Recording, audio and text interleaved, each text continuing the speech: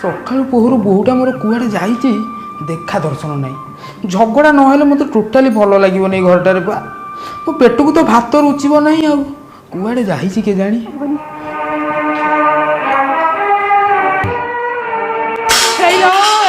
ପକେଇ ଦେଇଥିଲ ଦେଖଲ ଖାଇଗଲା ସବୁ ବିଲେଇ ଖାଇଯାଇଛି ତରକାରୀ ସବୁ ଖାଇଯାଇଛି।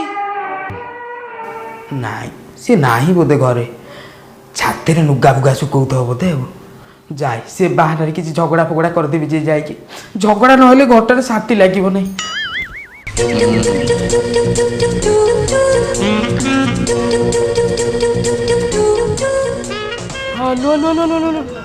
ଆଲୋ ଷଣ୍ଢ ମରିଛି କୋଉଠି ନା ମୁଁ ହୁଳ ହୁଳି ଦେବି ଏଇଠି।